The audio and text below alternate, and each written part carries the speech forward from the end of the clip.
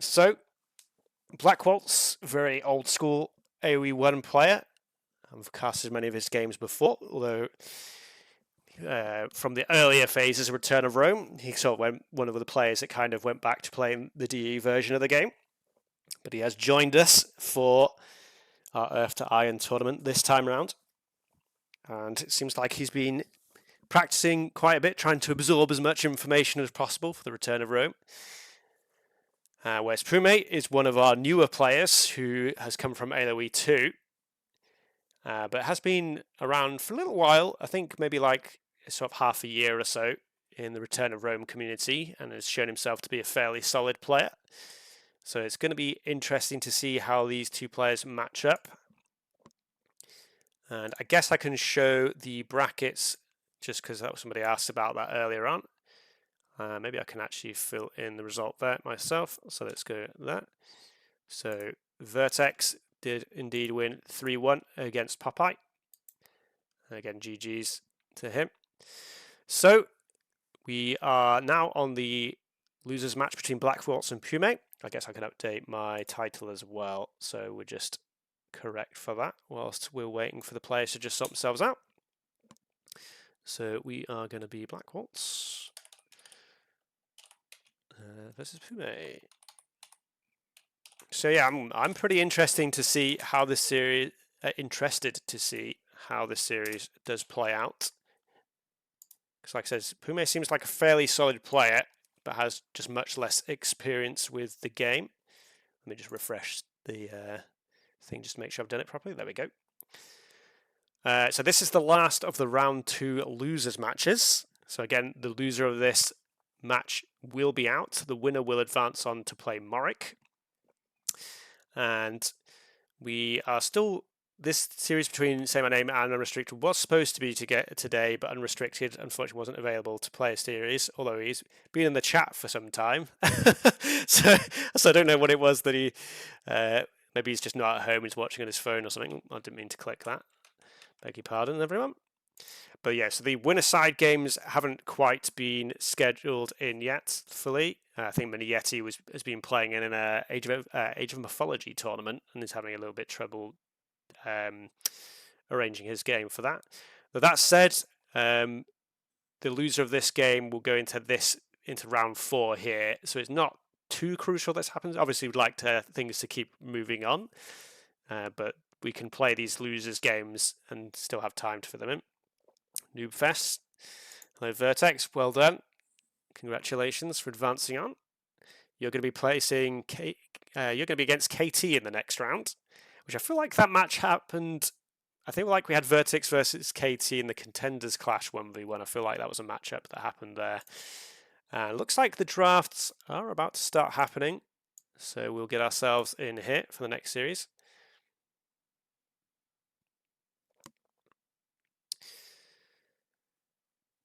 And it will be interesting, like I said, in the series of Blackwoltz versus Bongo, Blackwoltz has some interesting approach to some of the maps there. I think he tried to go for a Persians play on Citadel, which is something I have seen a couple of players do in the past, but it's not a usual combination of Civ and map. Yeah, we're just waiting for Blackwoltz to join the draft here. So we've actually got the Civ draft as well. So I'll join in for that and all.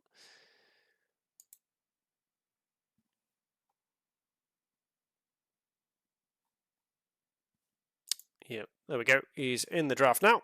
So away we go. I feel like, again, a bit like Vertex, I expect Blackwoltz to sort of pick the more traditional DE maps, whereas Pume may go towards the sort of more, I don't know, AoE2 style maps. I don't know. We've not got many similar maps to AoE2. Obviously, like Highlands is somewhat Arabia adjacent, and Citadel's is Arena, but I don't know if Pume likes the closed maps. I'm not 100% sure about that. Oasis is banned by Blackwoltz, so he's banning one of the more open maps. So it'll be interesting to see what Pume does ban here. One of my favourite bans is just Inland, because I feel like it throws off a lot of players. Just because, like I said, there's a lot of series where I feel like Inland gets played, because it's just, like I said, a pretty old school map in AoE1. Citadel's is banned from Pume, though. Like I said, I didn't think he was much of a closed map player. So, Blackwoltz, do we see inland? Do I see inland, boys and girls? Continental, I mean, that's another DE classic. Is it going to be Continental inland? I feel like I've seen a lot of Continental this tournament. Pume, I'm feeling a Sahara. I'm feeling a Sahara in my bones. Maybe Gold Mountain? There we go, it's Sahara. It is. And is it inland? How much are we betting on inland, boys and girls? I don't know why I'm calling you boys and girls. Ladies and gentlemen, and everything in between. Dark Forest from Blackwoltz. Okay. Okay. Blackwoltz calling me out on the inland call. I've seen this map picked a few times this tournament, but it hasn't actually been played yet. So it'll be interesting to see if we do make it to that map finally. And Pume, what's he going to go with? Maybe a Desert Ridge? I'm thinking get Desert Ridge or Gold Mountain. Oh, Coastal. Okay, that's not at all what I expected there. So we don't have a properly closed map. We don't have Inside Out or Citadels in the series. In AoE2, obviously Black Forest is considered a bit more of a closed map, but because you can't wall in the first stage in AoE1, Dark Forest is a little bit more of a fiesta. It's a little bit sneaking villagers in through the little wood tunnels, forest pathways and stuff like that. So, like I said, it'd be interesting to see if we do get to Dark Forest, because I'm not seeing that map played in quite a while. It was always quite funny when we had the 2v2 tournament all the way back in the day when that came up. And see traditional bans, of course, Shang and Latvia. Maybe a Minoan ban may sneak in just because we have a couple of that, but Macedonians. So Blackwoltz did ban the Macedonians in his last series, I recall. And questionable ban from my perspective, but I can remember talking to Jesse about it. My sort of guess was that Blackwoltz doesn't mind any of the other civs being picked, so this is probably going to be double Shang. Yep. And maybe he just doesn't want to play the Macedonians himself, so he's just like, I'm going to take this out, and then all the rest of the civs are left, and I'll just pick what I want from what's left. Yamato, a very nice pick for Pume, and Karth and Minnow still on the table. Persians picked up early by Blackwoltz. He picked that up early in the last series as well. Romans as well. So again, Romans I think are considered a slightly stronger civ in DE. Romans are a bit more of just a middling civ in Return of Rome. Assyrians picked up earlier from Pume. Again, I think Pume and Cambridge both are sort of friends, and they had a little bit of emphasis on Hittites and Assyrians on maps they didn't belong on.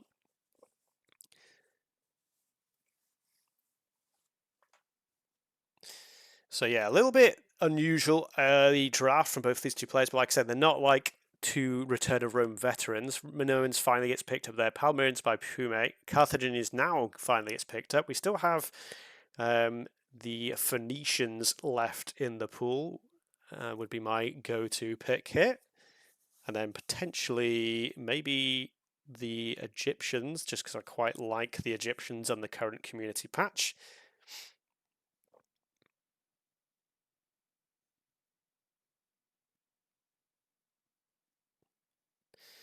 So Pume just having a long think about this, and it is the Phoenicians in the end. I was going to say, it doesn't feel like much of a decision to me. Phoenicians just felt like the best civ out of the remaining civs.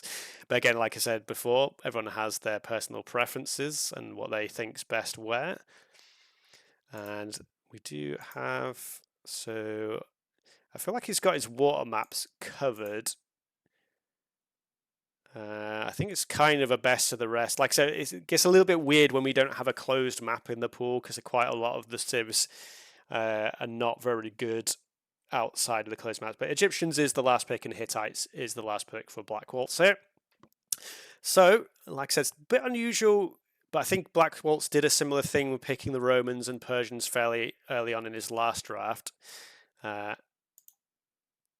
Persians obviously are still pretty solid on Sahara, so it's not. I mean, Persians, like I said, I'm not a huge fan of the Civ, but they still have maps where they are a good Civ. And just depends what you want to prioritize. But yeah, Carthaginians I just consider a stronger Civ overall than the Persians, so would have expect that to be picked a little bit higher up in the draft. Is what it is. And so I've just realised I don't have the music on. I'll turn it on for like about the next 2 minutes of before we start up. I'm just going to message Pume.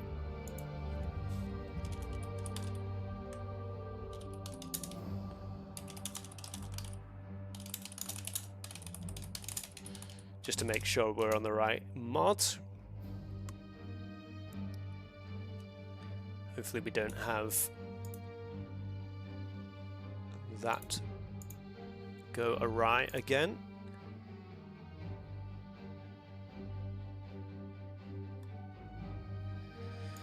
So let's have a look-see. I think I actually do. I was going to say narrowly favour Blackwoltz's draft. Yeah, it's just Carthaginians. I mean, Yamato and Phoenicians for Pume, but it's a best of 5 series. It's tough to call, actually. I think it's fairly even, actually, with a bit of further thought. But then, obviously, it's not just about the civs, it's about the gameplay as well.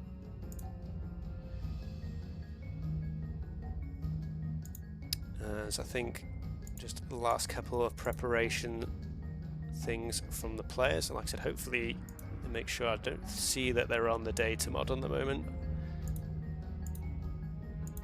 So I think potentially might need to remake the lobby.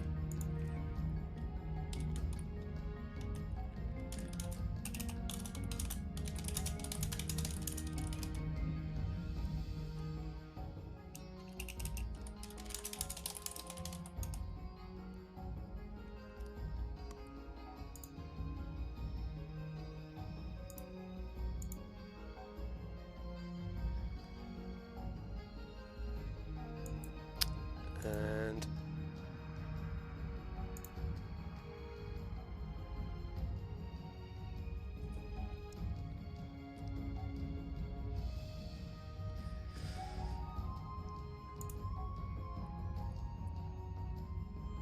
also they've currently selected Dark Forest.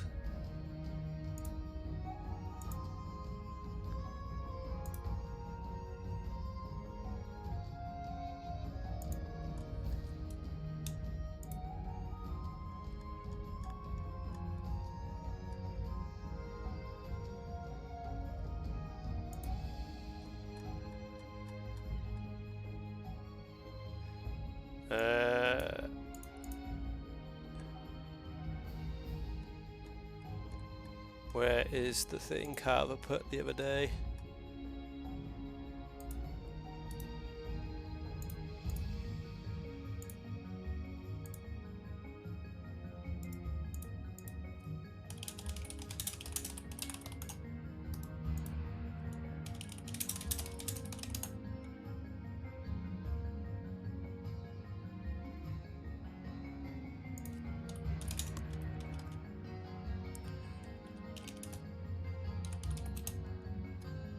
Yeah, okay. So I've narrowly avoided disaster there, boys and girls.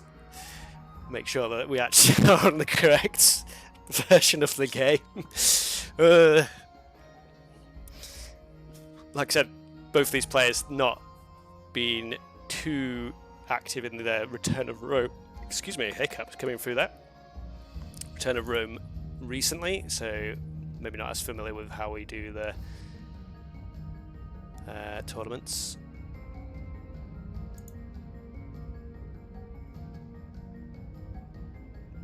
I do know how to swim IRL.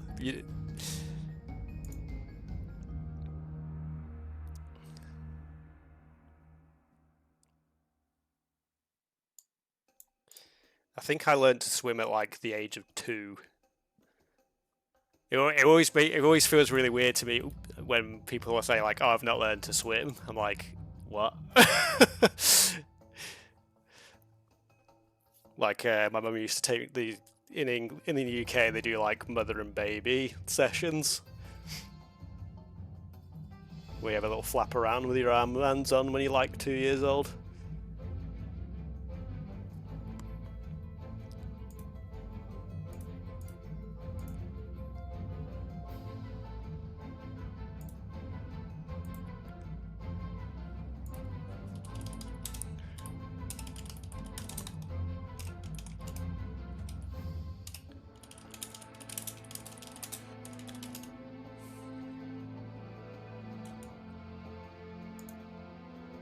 Okay, looks like we're everything as it should be now.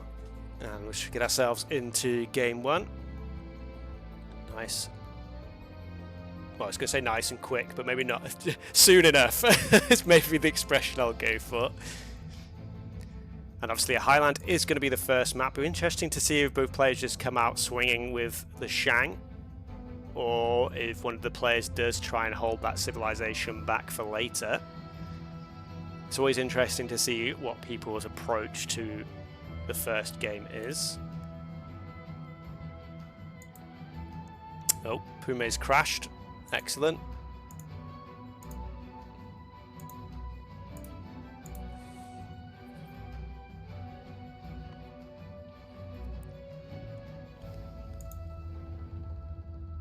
We're nearly there.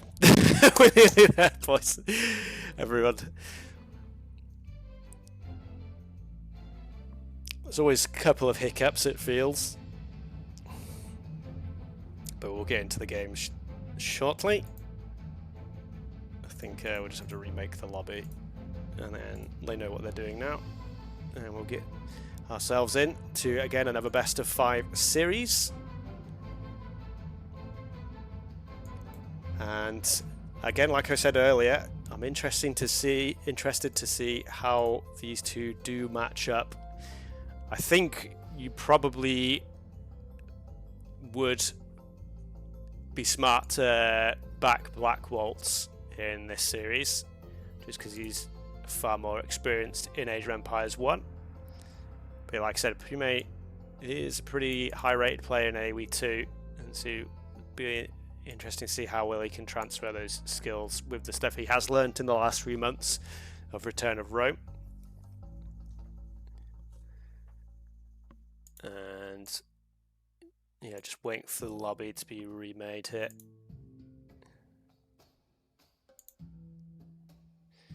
We'll take this moment to just take a drink for myself. Been talking non-stop for a couple of hours.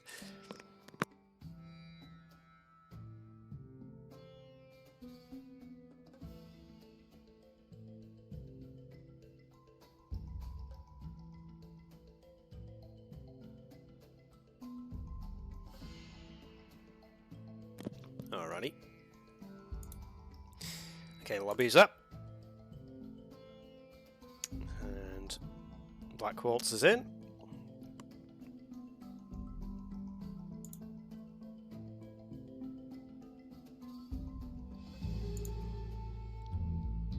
And at any moment now, we should get ourselves into game one. Hopefully no earthquake interruptions on this series. Hopefully everyone in Peru is okay after that one, wherever the local area was.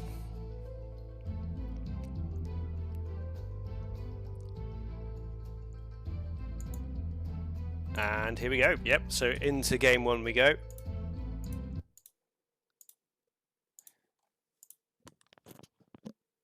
And okay, interesting.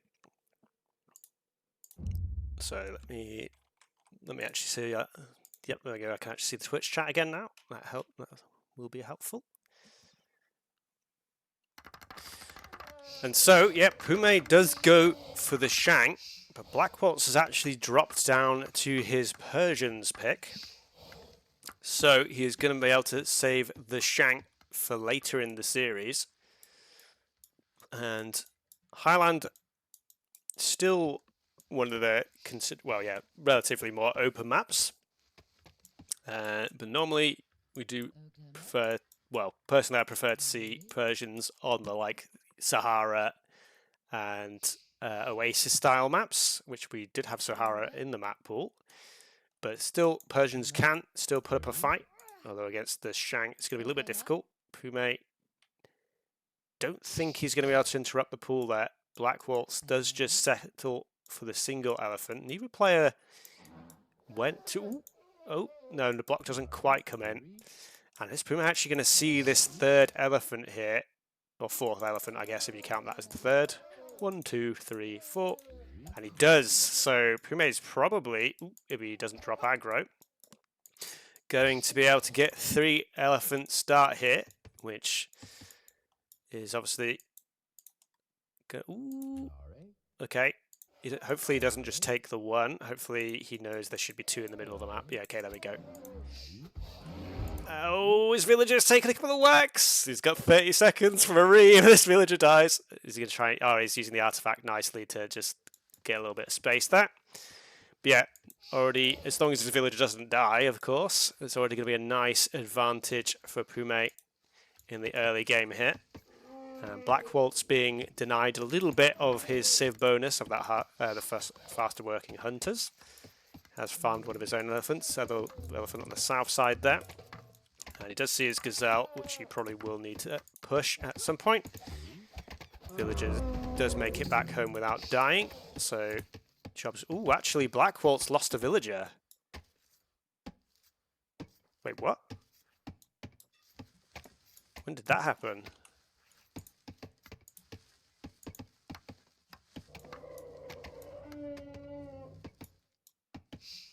It's already happened at this point.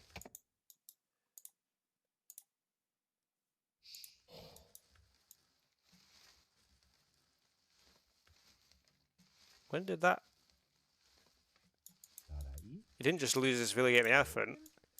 I'm amazed he didn't call a restart on that.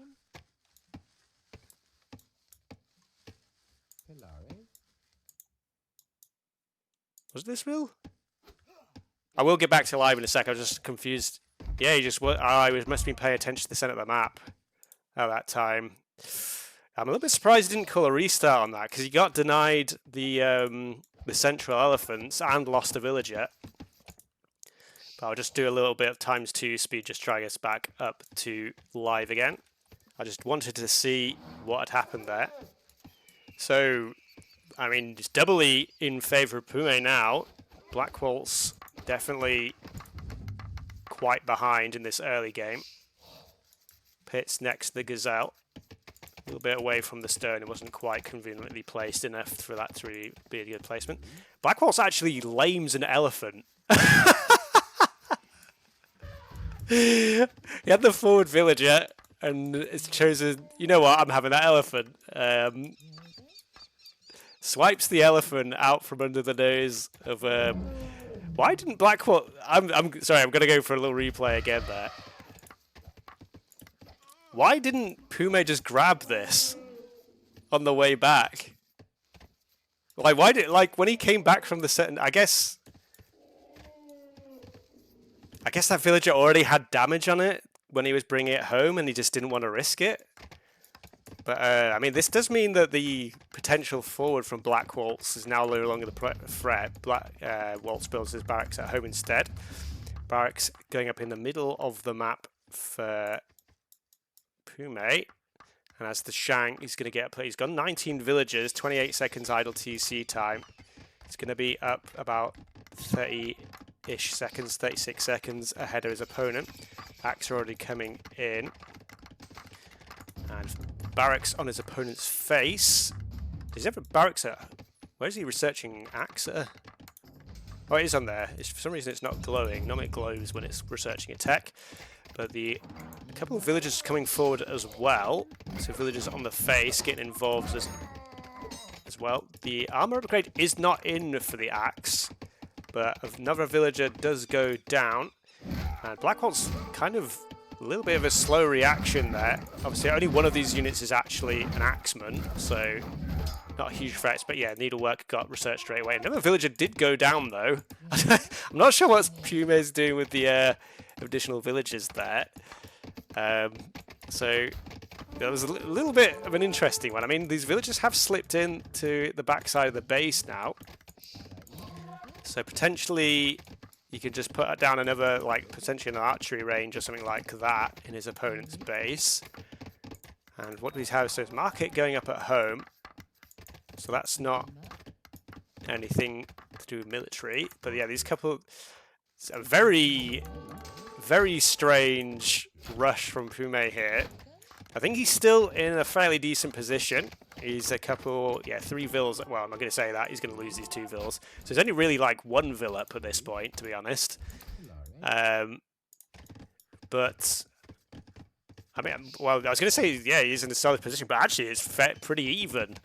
Blackwoltz has managed to get himself walled in. It's not quite walled on the top side here, but Villager going to be able to, yeah, click wall just to make sure no shenanigans go on and then finish it off properly. I guess Pume's done some decent scouting, you could argue, if there's anything to be done of this. But yeah, the axes are going to get denied. I'm fairly sure Blackwoltz, yeah, it's all tied up there. Although if he doesn't cover this quick, the axes could punch through one of the walls. He needs to be careful with the villager hit. Blackwoltz. Ooh, okay, no, yeah. Bit of a mistake there by Blackwoltz. The villager is very slightly faster than the axeman, as much as it grieves me to say that. So he may be able to just run away, but the axes are in. But there are plenty of bowmen in response. So I think this attack isn't going to get too much done here. Yeah, a little bit sloppy by Blackwoltz there. The villager is going to go back up and finish the job. But yeah, I think all these axes are just going to get picked off. There's not really anywhere for them to go now. So, bit of resources down the drain for Pume, but all this time he has been setting himself up at home. He is obviously the shank, so he still has the cheaper villager bonus, whereas the early hunt bonus is, I guess he just ran that 1 more elephant, so a little bit more extra food coming in there. But the eco bonus of the Persians starting to fade off at this point now. But Blackwoltz does have a 2 villager lead, so like 1.5 villager-ish lead, I guess, and a military lead to boot. So he's not in a bad position, has quite, maybe a little bit too much wood at the moment, just needs to transition some more of those villagers onto the farms, as and when he can do. Well, he can do it right now, I guess. I don't know why I said that, but yeah, so maybe his eco just a little bit more advanced at this point, but yeah, just a villager less at this point. Woodworking coming in for Blackwoltz is going to obviously help out his bowman, as well as just wood collection. And he is, I don't know if that was a misclick or he does just want to get a little bit of extra stone down to, yeah, just to secure up the base. Okay, just to make sure he does have everything properly walled up. So just nice, safe, secure play by Blackwoltz. Like I said, a couple of small little errors here and there, but otherwise fairly solid. And it looks like the early game shenanigans. Yeah, again, I'm not exactly sure what Pume was doing with the villagers forward. I don't know if that was a misclick or he just lost track of where he was or what happened there. Pume maybe could have got a little bit more damage done there than he ended up doing. But in the end, I think the early game has slightly favoured Blackwoltz. And the ranged units pushing out now. A couple of the slingers just having a quick nosy from Pume as well. Probably not going to get too much done, but yeah, 800 food is in for Pume now, so he is going to be the first to click to the Bronze Age. And where do we go from here? So is it going to... Yeah, it's a few villages on gold, so potentially a few just early cavalry units out from Pume.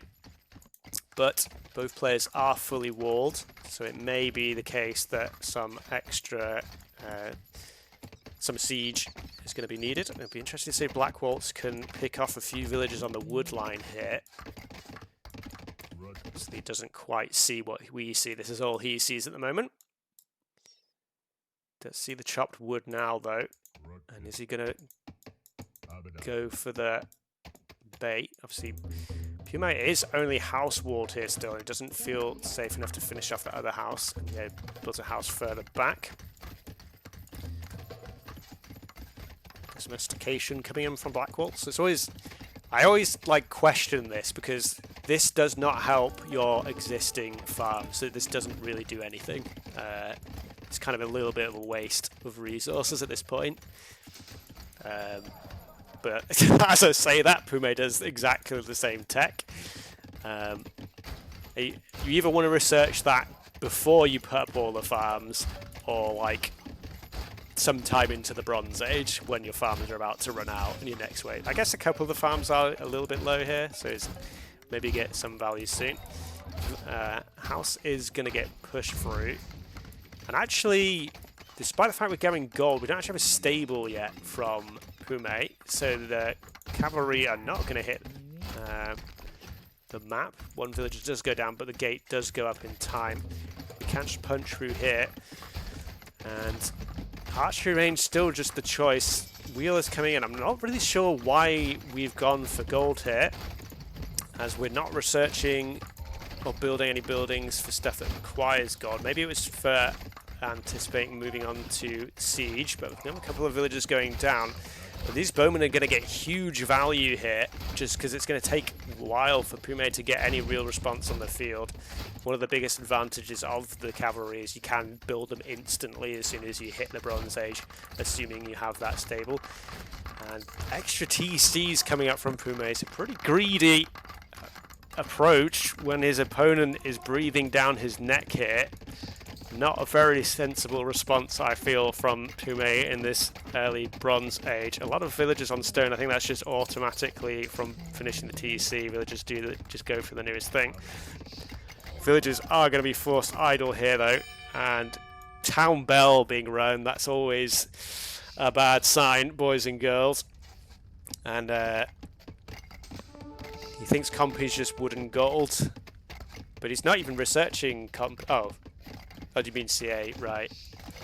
But yeah, first wave of CA does come out, so they should be able to clear this up now. But like, arguably, these tool age units have done way more than they should have ever been able to at this point. They've already done their job. The literal cavalry is about to arrive. The base is still open. And maybe that's, yeah, Blackwoltz is probably just going to try and secure this opening to try and prevent any villagers from clogging this up again. These cavalry are getting very distracted. Hopefully Blackwoltz notices that and starts bringing the units forward again. But yeah, very clumsy early Bronze Age here from Pume. He does have at least a +2 armor on these chariots. The cavalry are tanky enough that they can just ignore the archer fire for the number he has at the moment. Potentially can pick up a couple of those. Temple going up now from Pume, which is a fairly good response against the cavalry. But yeah, they're still going to be able to get some damage done as another village is going to cut off there. Just about. Looks like Blackwoltz sort of ran away. Next wave of cavalry is coming forward now, and it looks like Blackwoltz it's just going to come in through the wood. I was going to say it's going to get denied by the walls there, but yeah, Pume spots that now. A little bit of an overchop. Cavalry still being absolute menace on the wood line there. 1, 2, 3, 4, 5, 6 villagers. And yeah, 14 vill kills now for Blackwoltz, and 88 vills for his elf now. He's on 6 TCs. And I think, we're on to 12 chariot archers. So Pume does still have the military edge for the time being, but Blackwoltz has double the eco at this point. So Pume would need to clear up his base and then get some sort of massive push now. So yeah, he's cleaned up his base. I don't know what's this. There's a scout in the corner of the map. Yeah, nearly 100 vills already for Blackwoltz. And a small gate being built there. It's a little bit awkward, but I guess it kind of works. But yeah, Pume needs to somehow get as much damage as possible done, like almost immediately, really, to have any hopes of staying in this game. There are gaps in the wall. Oh no, actually there is 2 trees stumps still there. And Compy, well, improved both for the time being, but presumably Compy to follow up is going to be teched into by Blackwoltz. That unit, obviously, if you can mass it up, does do quite nicely into the Chariot Archer. But again, I think Pume needs to try and not get distracted by this cavalry and try and hit in the heart. And yeah, Blackwoltz just trying to buy himself time to get the unit transition. Maybe he'll be able to get some damage on the wood line now for Pume though. A couple of villagers going to go down. Blackwoltz does notice soon enough. Like I said, he has villagers to spare arguably at this point. 122 villagers already. And those Chariot Archers are going to take a very long time to try and break through the walls. And again, Blackwoltz managing to slip in. Pume hasn't properly sealed off his base yet. The cavalry probably won't get too much done, but like for every villager Blackwoltz kills, Pume needs to kill like 3 at this point. So it's tough. Cavalry coming round.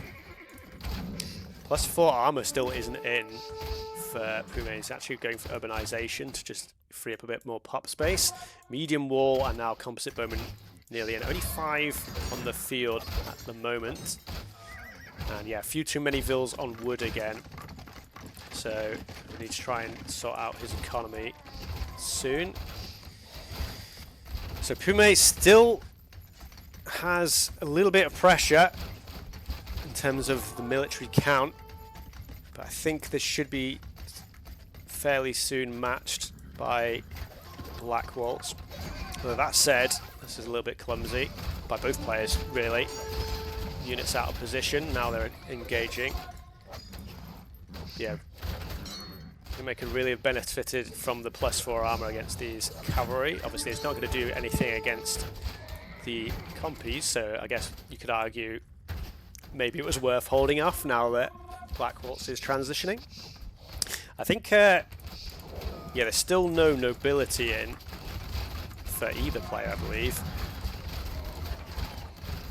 As we see a little bit of crossfire here. I think Blackwoltz is making a little bit of a mistake of fighting before he's got his units maxed up there, taking a little bit more, a few more losses than he really needs to. One priest is just chilling back at home, probably not going to be very useful now that the compies are on the field. That said, Blackwoltz still is making cavalry, he's mixing that in. 65 vills on food now though. And just the arsenalship for the +2 range on the bows. There are a few chariots causing havoc at the back there, just stop the villager that was trying to get extra archery ranges up. Arguably there's already a pretty good number of archery ranges at this point. We'll zoom in for this bit of the battle here.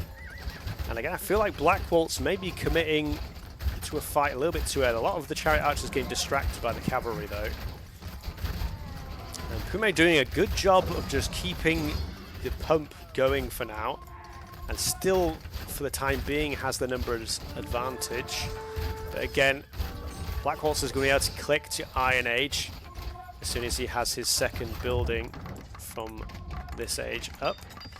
Looks like he doesn't actually, maybe he doesn't realise.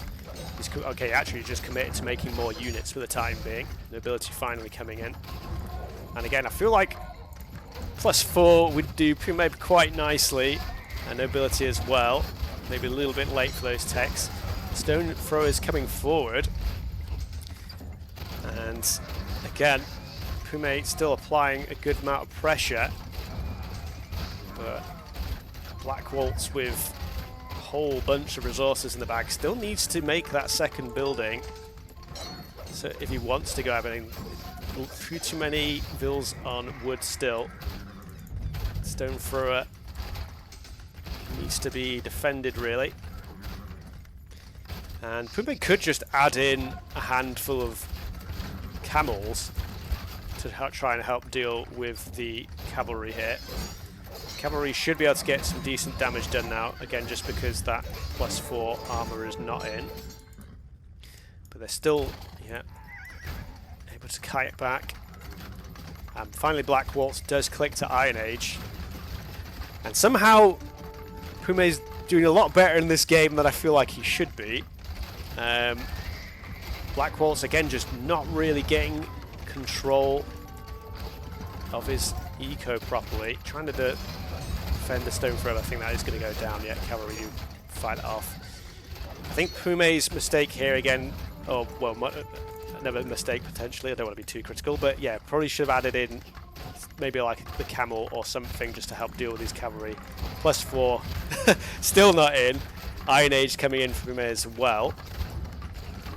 160 vils for Blackwoltz. 3,000 food in the bank. Obviously, this would be pretty nice if he was a civilization that could make chariots, but he is not. So we'll see how he's going to play this in the Iron Age. Is he going to try and switch into elephant units? He's not making... Okay. Researching bronze shields. Hopefully he doesn't think that you need iron shield to unlock the armored elephant. Is what I'm thinking now.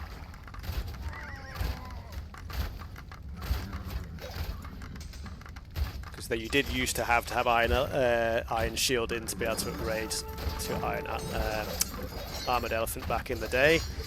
Although he's researching armored elephant now, so I guess maybe that was just, I don't know. But yeah, so we are going to go into the armored elephant and cataphract as well on a heavy cavalry for the time being. I'd like to see a few more villagers off wood and on gold, although that's the only gold patch you see. I guess he needs to try and get control of the map more. A lot of the compies do go down. His cavalry going to be a lot more difficult for Pume to deal with once that heavy cavalry upgrade is in, because they get that extra pierce armor, which is very important against the other range units. Heavy cavalry of his own for Pume. Obviously, the Shang get the faster attacking cavalry. So actually the Shang do have a stronger cavalry line than the Persians do.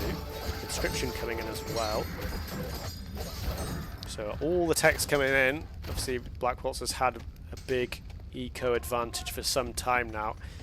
And elephants is not a unit you very regularly get to see in 1v1s. But this game has gone quite long. And neither player... Ooh, actually I say that. I was going to say major demand to break through, but these heavy cavalry are probably going to be able to do a decent amount of damage here. Heavy cavalry nearly in for Pume. And looks like, yeah, Blackwoltz just clearing up the front of his base. Armored Elephant is now in. And focusing down a farm for some reason. Priest going to try and get conversion. I think it's just going to die. So that Priest that's been chilling all game is unfortunately no longer with us. And yeah, Pume is going to be able to clean up his base. But here come the elephants. Yeah, Priest in production for Pume. I think that's probably a good shout to try and convert some of these elephants. These Persian elephants are fairly speedy, though be quite frightening. Cataphract upgrade coming in for Pume now as well. And obviously Pume on the Shang does have the advantage that if the game does stretch out, you can just go for the chariot units, but huge number of elephants flooding forward now. And again, I'm not really sure why we're going for the pierce armor upgrades. They don't do anything for the elephants, so that's a little bit confusing. A little bit of wasted resources there. But yeah, these elephants getting some good damage and still just +2 armor on these chariot archers here. But yeah, armored elephants just actually bulldozing their way through the front of the base now. And the priests are now out, but okay, a lot of them, a couple of them do have a conversion available. So Pume just needs to get those priests doing something. GG's called though, and Blackwoltz obviously in a pretty commanding position that entire time just because of the eco. And yeah, like I said, some questionable decisions and plays from Pume in this game here. It felt like right at the very start, should have got a bit too far back here. He was able to... no, I've gone too far now. Yeah, he was able to break through, but for some reason the villagers came along for the ride and kind of just didn't really do much.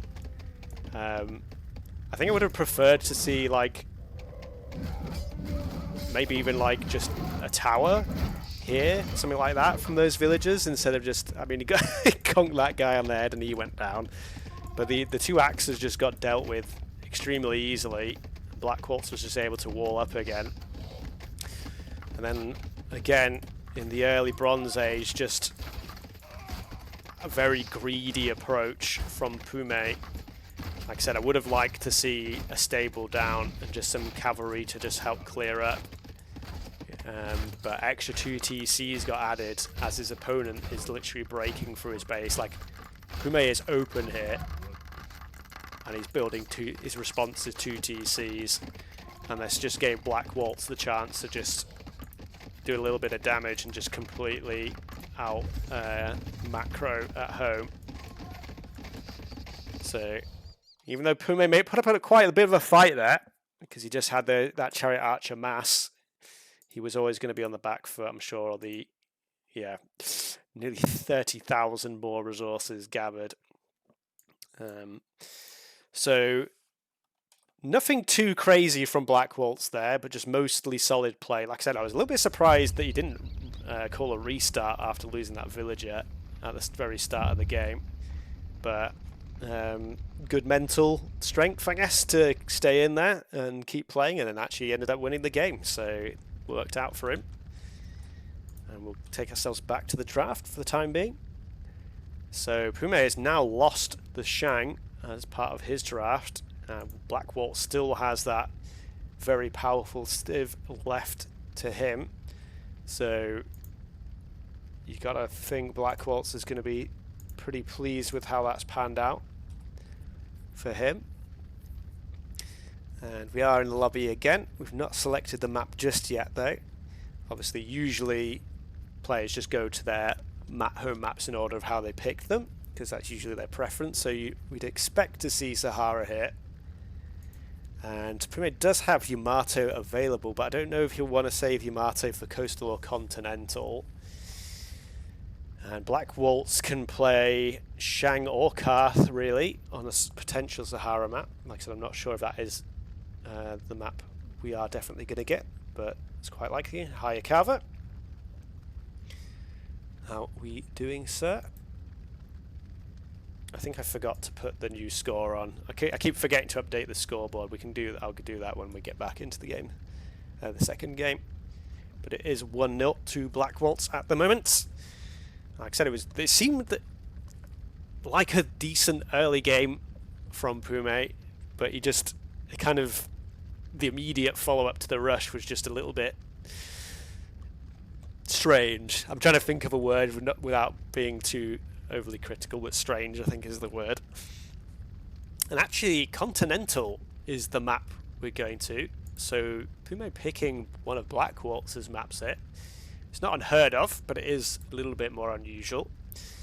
And I think odds on that we just do see the Minoans come out from Blackwoltz, and then either the Phoenicians or Yamato would be fine here for Pume. And the map has launched, so we'll get ourselves into game 2, and we need not speculate any longer. And it is indeed the Minoans for Blackwoltz, and it is the Yamato for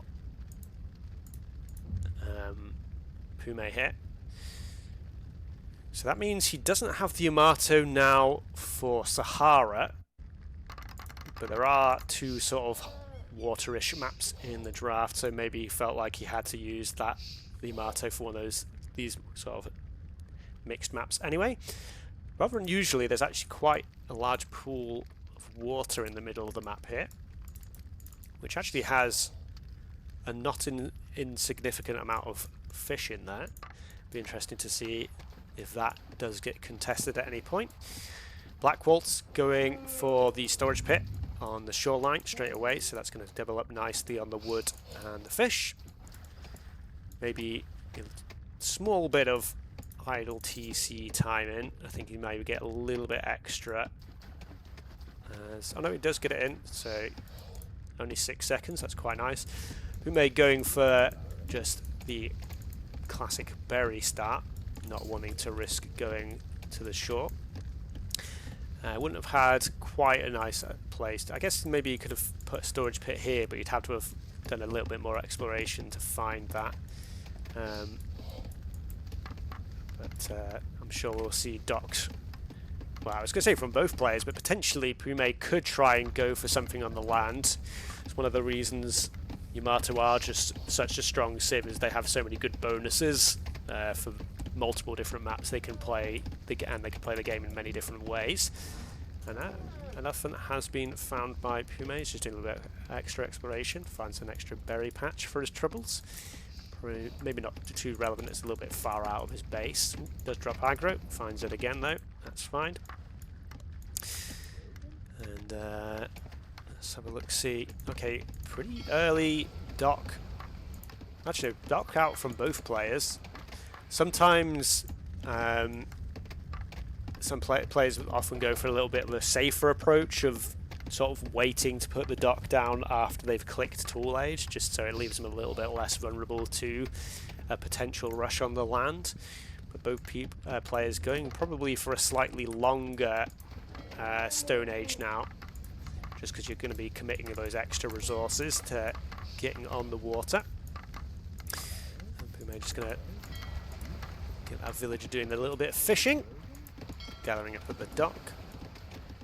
And yeah, extra couple of fishing boats in for Blackwoltz. Is obviously cheaper docks and cheaper boats, a little bit more easy for him to be able to afford those, whereas Pume is a little bit short on wood still. Yamato do get the more efficient fishing boats when they are out in the field, but arguably the Minoan bonus of just being able to get more boats out is stronger in some ways. And let's see here. So like I said, we're going to be a little bit ways off clicking tool for both players for quite a while. I think if I was in Pume's shoes, I would have been considering trying to go for an aggressive play on the land, just because in the later phases of the game it's very hard to contest the Minoans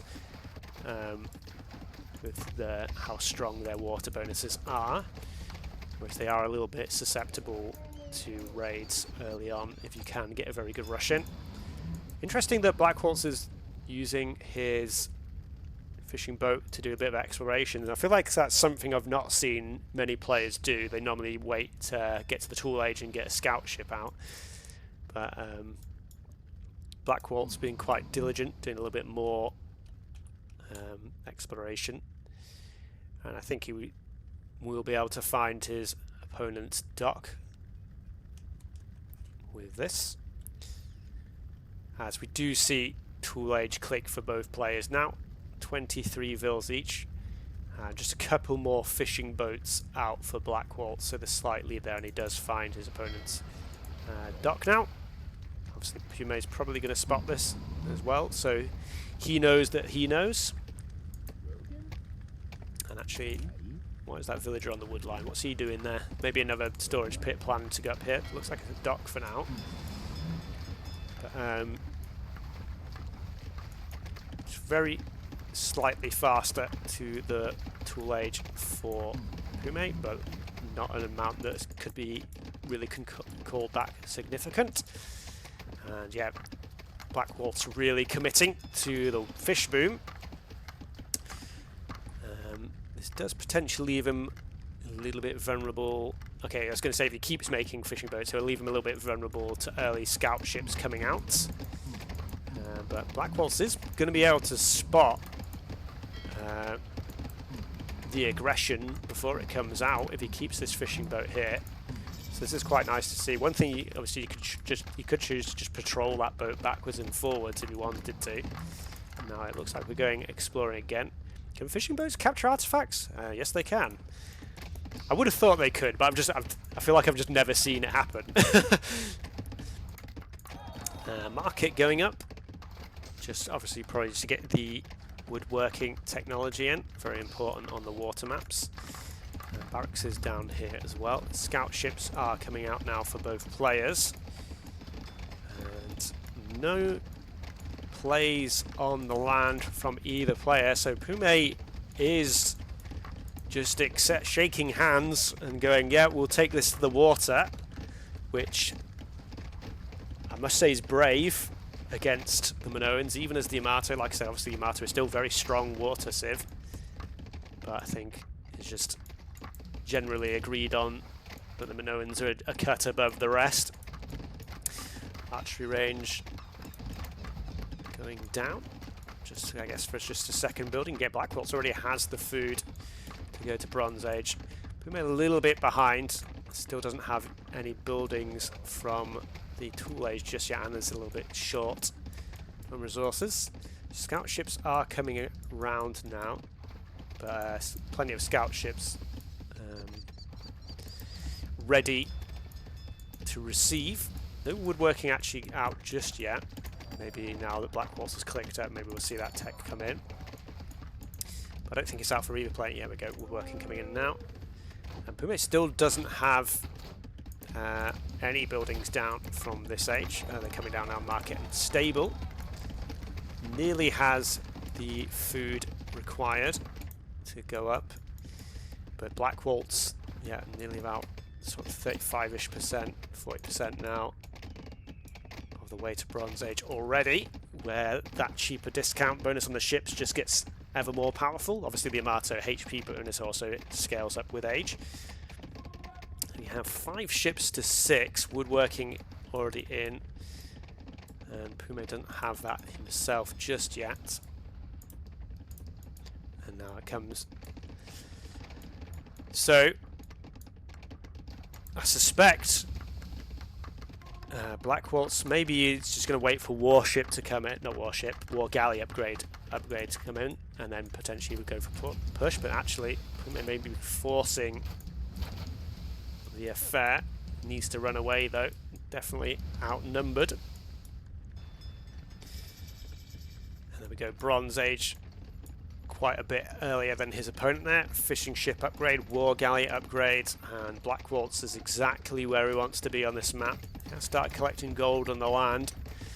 So once maybe he's shored himself up on the water, we'll see the transition into compies on the land in due time. Actually, some bowmen are still being created, interestingly. Maybe just to do a little bit of exploring. This club is actually going to get annihilated. Did manage to, well, does spot his opponent's base here. So Pume does know where Blackwoltz is now, but he's not in any immediate position to take advantage of that. And Pume doesn't really have the resources he needs. He's only just getting war galley now, and like I said, Blackwoltz is going to feel pretty happy to push out. He is outnumbered here, but I think the war galley upgrade is just strong enough that that doesn't really matter. Despite the Yamato bonus, you can see the HP total was a lot higher. But actually Blackwoltz decides to just pull back for the time being. Just adding extra TCs, or just the one, oh no, they don't have a TC there. A little bit awkwardly placed, that one. I think I would have just deleted the storage pit and put a town centre where it was. Another dock coming down for Pume. And war galley upgrade is nearly in now. I think they're both still only on the +1 wood upgrade. I don't see have +2 even. Yeah, Pume is just a little bit strapped for food at the moment. 52 eco to the 41. I mean, if Pume can get a fight right here, right now, that would work pretty well for him. Blackwoltz had kind of stopped production on the water. This should be an easy fight for Pume. And maybe Blackwoltz getting a little bit complacent. It's like I said, he's adding in the extra TCs. He's kind of giving away control of the water. And this is going to be quite a big momentum swing for Pume. So, yeah, maybe a little bit lax. Villagers are going to be forced to run now, and this is the problem with having a lot of your eco on the waterline, is if you do lose control of the water, you immediately lose a lot of control of your eco as well. Fishing ships all going running, and suddenly what looked like a fairly comfortable game for Blackwoltz feels a little bit uneasy. Pume taking the score lead, and he's actually got some cavalry out in the field. His opponent, I mean, most of his eco is behind these wood lines, but if the war galleys can flush him out. Reinforcements haven't been sent on the water though, and this has given Blackwoltz a little bit of time to reinforce. A bit of a fight breaks out here. Pume takes a few extra arrows more than he maybe should have done. Marto bonus probably helping out quite a bit here. And yeah, still no reinforcements on the water. So it looks like that's going to be fended off, but the cavalry are in now. Artisan ship coming in. And now this is going to be a little bit struggles. Improved bowman being researched now, but obviously that research has to finish before you can start making a single unit. And this is open. War galleys are there, so I think Blackwoltz should be able to hold this, but he is going to lose a handful of villagers. And maybe Blackwoltz, like I said, just maybe a little bit too comfortable in his position. Getting a little bit punished for this now. Pume still making cavalry and war galleys. And he does actually have the Vil lead now. Oh, well, the eco lead, because I think, yeah, because he'd stopped making war galleys, but made a whole load of fishing ships.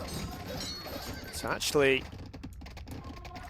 I was thinking Blackwoltz was just going to have Civ advantage and carry this away. But Pume getting that good engage on the water has left him in quite a nice position. It's quite a big mass of war galleys needs to come in, couple up here. Pume needs to be careful not to just lose all of these ships. But yeah, the cavalry still being very annoying, trying to repair the houses. I think I would have preferred to see another house or wall come up behind. Blackwoltz is going to lose these villages here. Now wall goes, yeah, that should have been the response in the first place. A handful of villagers do get picked off. And this game's starting to get a little bit messy now. Another wave of war galleys comes out, and Blackwoltz's war galleys a little bit out of position. A few fishing ships could go down here. Obviously they're pretty fast, so it's quite easy to run with the fishing ships. But even if they survive, that's obviously the time that they're not gathering resources. A few more villagers being picked off here, and I think Pume may be in a very strong position to potentially carry this game over. Still a good number of war galleys from Blackwoltz, but Pume has the resources to go to Iron Age now. He just needs another building. Temple is coming up. Cavalry just getting picks here, there, and everywhere. And I almost can't believe we've got to this position we're in. But yeah, war guy's going to come from the other side now. There's not many of them left, but there's enough to obviously pick off those defenseless fishing ships. Iron Age is coming in, and potentially we just see Horse Archer start being massed by Pume when he hits that Iron Age. More war galleys coming in as well. I'm sure the trireme upgrade will be coming in as well. And just remembered the scoreboard. And yeah, huge value from these war galleys. And I think, wow, I'm almost like speechless. Paused. Maybe that will give me a chance to mentally regroup myself. But yeah, Pume got an absolutely massive push from the water here. And like I said, Blackwoltz just, I don't know, he just stopped making war galleys, just started committing to going for the boom. and that's majorly caught with his pants down, so to speak. It does clear up the war galleys on the north side. It's 20 war galleys to 26 though, and these are Yamato. Sorry, just a little skip. It's just when they pause, the capture age goes a little bit buggy.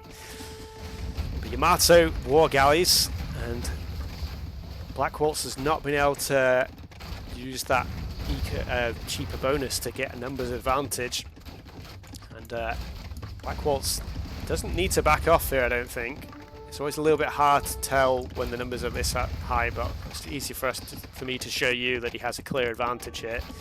We do see a bit of push on the land now though. I actually hadn't seen the composite bowman mass build up. That was one of the problems with when you go to the Iron Age. Sometimes you stop making the Bronze Age units because you want to think about transitioning. Archery ranges are just being dropped now, so but yeah, Horse Archer is going to be the play. Good number of composite bowmen though, maybe make this awkward, and we may see the complete flip reverse of like Blackwoltz not having enough military on the water and losing that there, and now Pume not having enough units on the land, but should be able to win the fight on the water still. Trireme not actually going to come in before this fight gets decided. Composite bowman coming through. I don't know if Pume has nobility actually. I don't think I've seen that tech come through just yet. No, it doesn't have that just yet. Would be nice to just make those units a little bit more tanky. And yeah, Pume just needs to get that stack of horse archers up to deal with 25 compies, a whole load of them flooding forward. So still trapped in the Bronze Age, but those Minoan composite bowmen are no joke. And Pume forced a lot of his, you can see that dashed line there's all his idle vills. Horse archer does jump out now though, and needs the ballistics in to really push home his Iron Age advantage. Yeah, Trireme is in now, so Blackwoltz has lost most control of this. I mean, the fishing ships a bit inefficient where they are, but they're still working, although that's now going to get shut down. But we'll focus in on the land now. 56 composite bowmen to just the 10 horse archers. Ballistics is now in. Pume maybe needs to consider trying to get a siege workshop down. And yeah, the one downside of the horse archers is they're not particularly tanky, and it's going to lose a lot of units there. And like I said, nobility would help a fraction there, but obviously it's just a percentage of health. Siege workshop's going down now, and is this going to be a huge throw from Blackwoltz? Like I said, he didn't make. Oh wow, he just called GG. What an unbelievable game that was. And yeah, Iron Age, he just stopped making units. Like he could. I think maybe that was EA. Probably should have just kept making a few more cavalry units. But he knew he wanted to transition to the horse archer, so he just stops making units on the way up. And just the massive compies. What a crazy back and forth game that was. Like I said, I thought Blackwoltz was just going to be in the driving seat, but there was sort of this engage that I think Pume just backed away from, if my memory serves.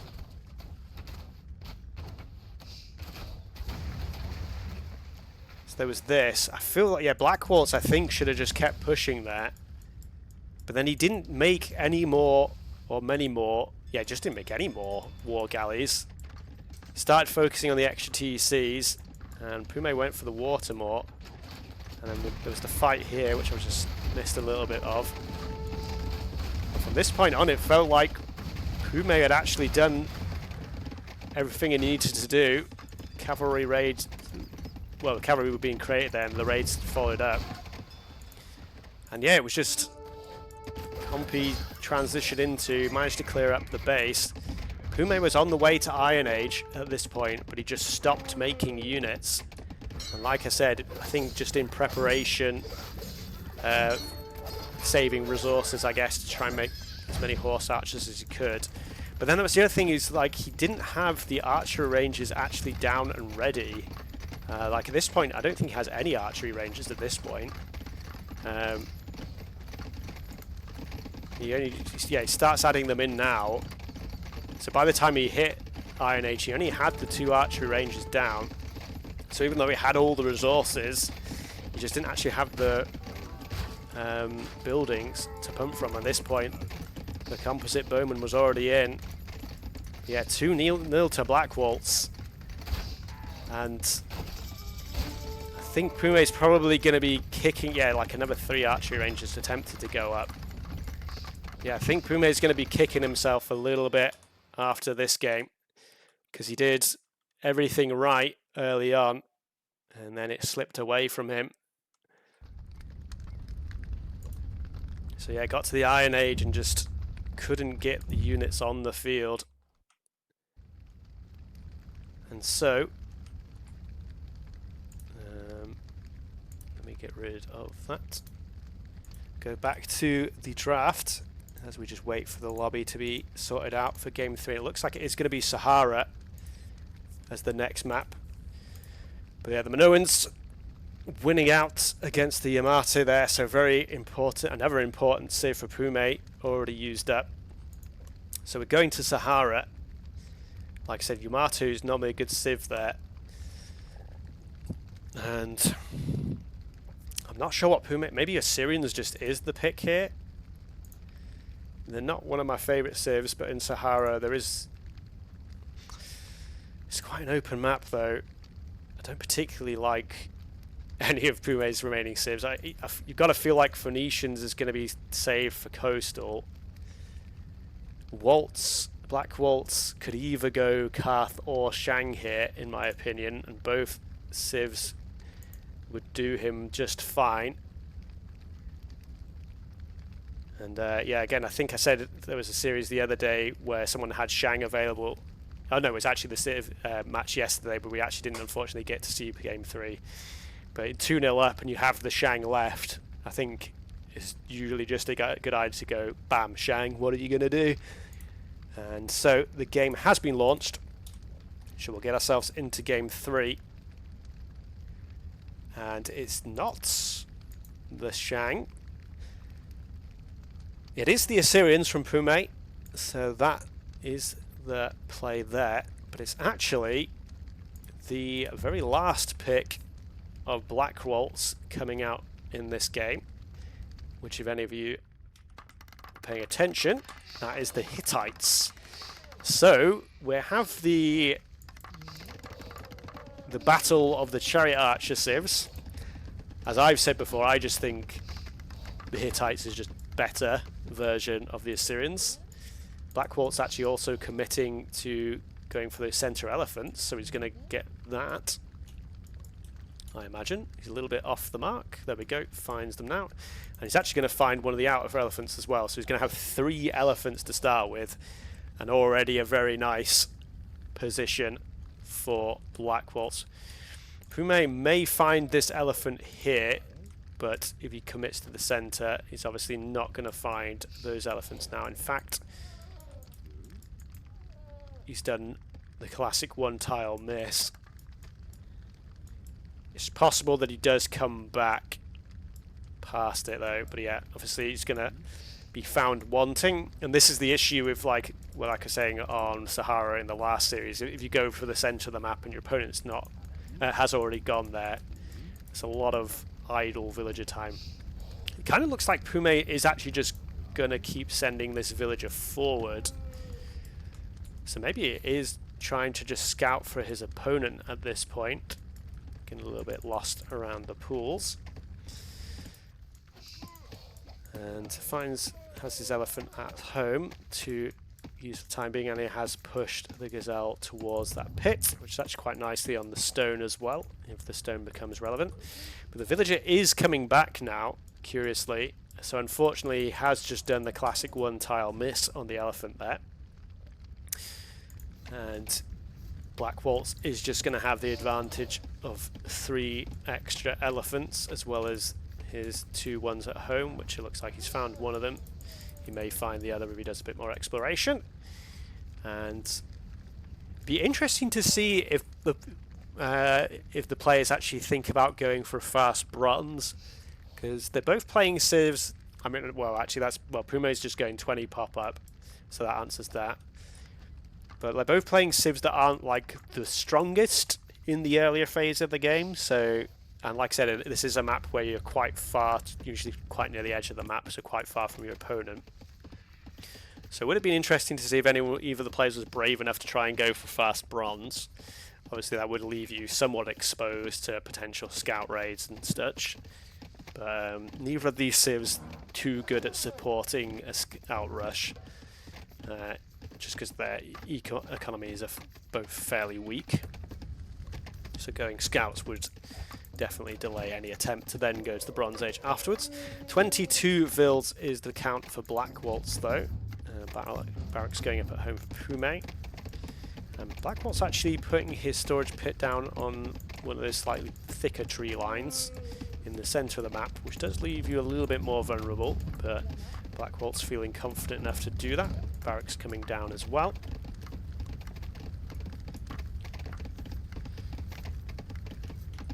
And Clubber is coming out. Archery range as well though, so it doesn't...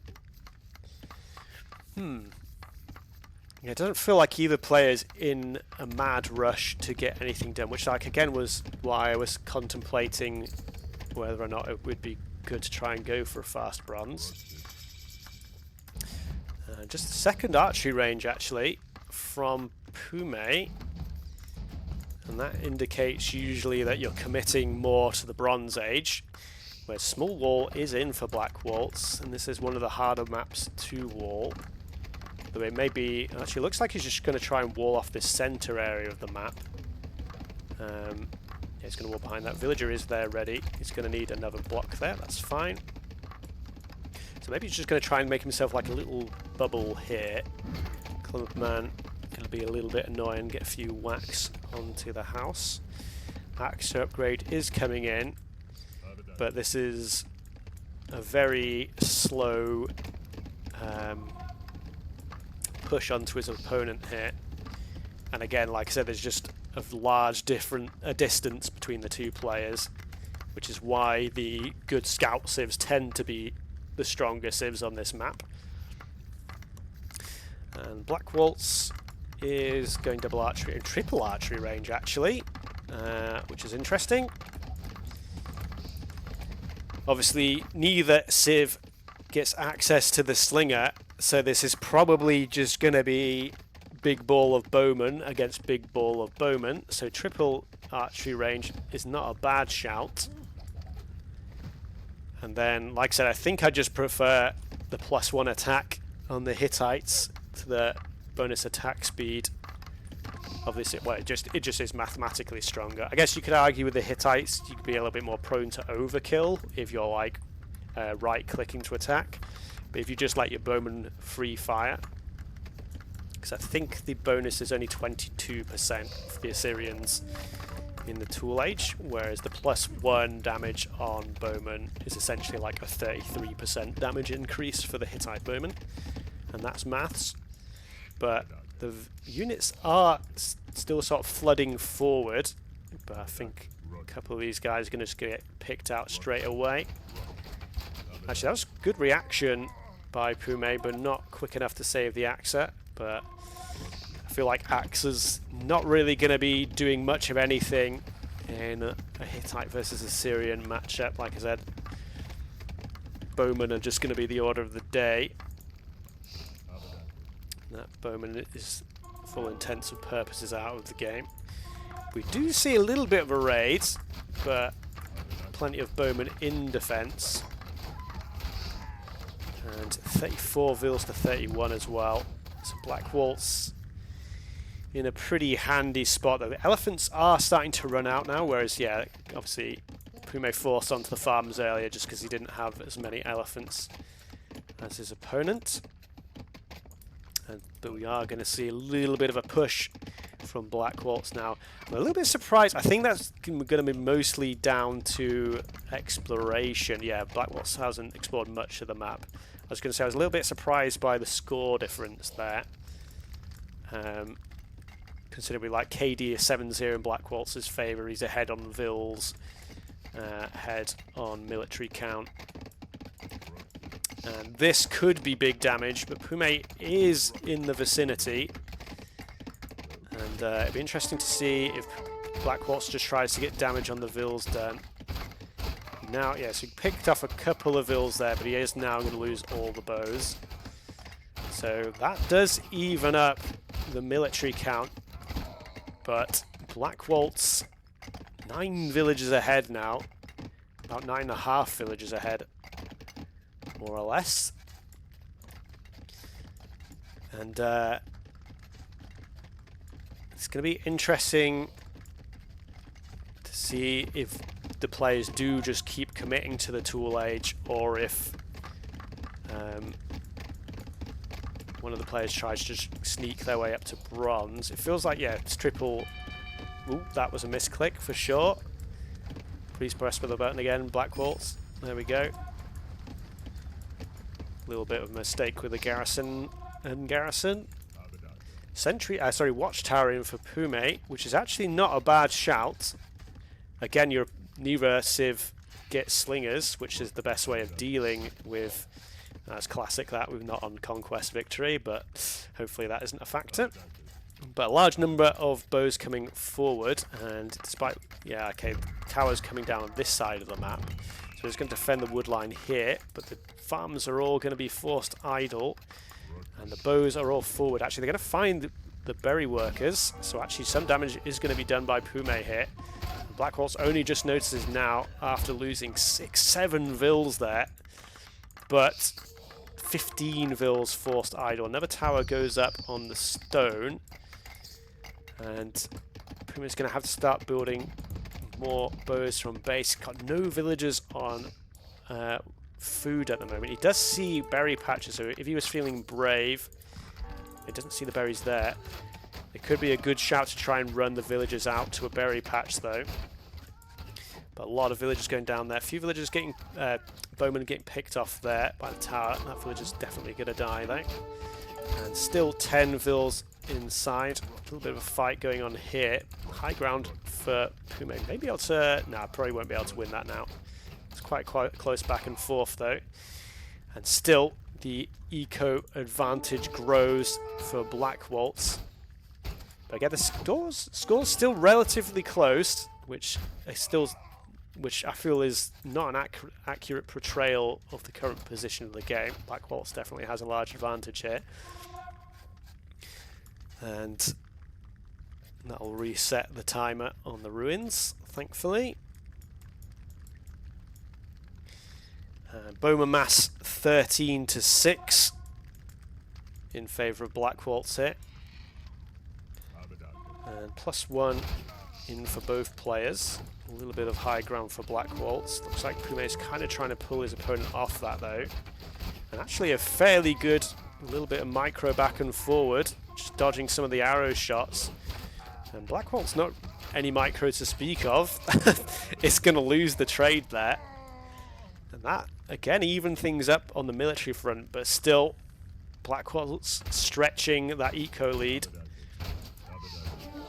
And potentially Pume can take this with the high ground advantage, but okay, just too many bows for Blackwoltz, and he did a nice job of working his way up the hillside there.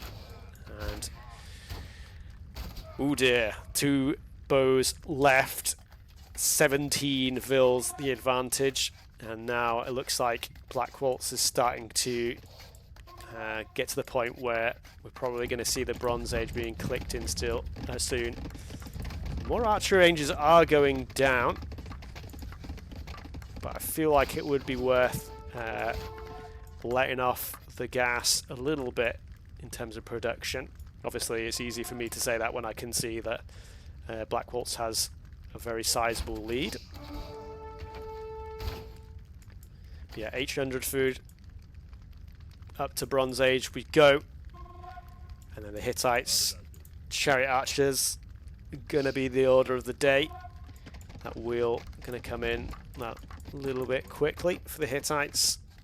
And I don't think there's really much Pume is going to be able to do about this. He is probably going to be able to click Bronze Age himself fairly soon, but he's just, I think, just too far behind on villager count at this point. He's going to lose an engage here. So yeah, Pume did get a couple of good engages in the early Tool Age, but Blackwoltz definitely getting the better of him in these last couple of engagements. And so, I mean, it's not all over yet. And like I said, that last game on Continental was pretty crazy back and forth. But that's 7 archery ranges that are going to be up and available. Maybe a little bit overkill. I don't think Blackwoltz has the code to quite support that many archery ranges. But it does mean that initial flood of chariot archers is going to come out pretty quickly.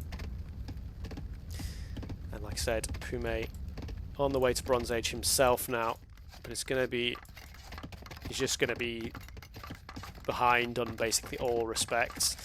I guess maybe if you can get the Sentry Tower upgrade in, that could hold a little bit longer, but I feel like it's just a delaying of the inevitable, just because of, again, how far Blackwoltz is ahead on eco. And it even has the bowman patrolling the flank there, where the villager hasn't had a chance to wall up, and these villagers, bowmen, sorry, just going to easily get taken down as the villagers plugs up the wall. And wheel in a whole bunch of chariot archers in the queue. Like I said, 7 archery ranges. Bronze Age does come in from Pume. Wheel click straight away. But you can just see like 1,200 food still in the bank for Blackwoltz. Just, yeah, needs to get a few more villagers on the wood.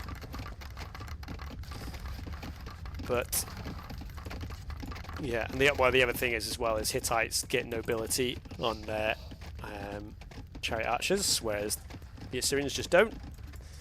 I don't think that's really going to be a factor at this point though, just because of how far ahead Blackwoltz is now. Yeah, you can see in the score difference, it's nearly 1,000 points ahead. A couple of villagers may go down here, but the wheel is actually in, so villagers just going to be able to dodge away fairly easily. But 24 bows still, in fact 29 bows still in play from the Tool Age. And like I said, we have these towers. Sentry Tower hasn't been researched, it's coming in now. Should be in just about in time. But I don't think they're really going to be able to do enough to hold at this point. And a few bows just chilling. Actually, Blackwoltz does notice those and decides to take them out. So Sentry Tower is in, but so are the chariot archers. Villagers going to be forced to run. Some of them can, of course, hide in the towers. But GG is just called, and yeah, like it was a 27-minute game, but I feel like that game was probably over for some time. And unfortunately, another 3-0 series. And it's a bit of a shame. I feel like Pume could have definitely won that game too. And like I said, in the game one, he had himself set up fairly well at the start. He just did, his rush went a little bit strange and didn't really get followed up on. And then just, yeah, lost out in the late phases of the game. Probably should have won the second game after Blackwoltz was a little bit greedy with the boom, trying to just get the eco. And yeah, I think, like I said, I just prefer the Hittites anyway, but Blackwoltz just got that really nice start of the extra 3 elephants. That villager of Pume is not really getting much done in the early phases of the game. And then it was just sort of some okay trades for Pume with the bowman trades early on, but lost a few of his villagers. Blackwoltz just did a much better job of just keeping the villager production going. And eventually that lead just ballooned open, and I think, yeah, wasn't really anything Pume could do at that point. And GG's to Blackwoltz. He will advance on to the next round of the tournament. And like I said, I was hoping that series was going to be a little bit closer than it was. Again, Pume potentially should have won that game too, but just stopped producing those cavalry units on the way up to the Iron Age, and those compies from the Minoans be able to get the damage out. And so that is going to bring us to the end of today's games. So again, thank you for watching.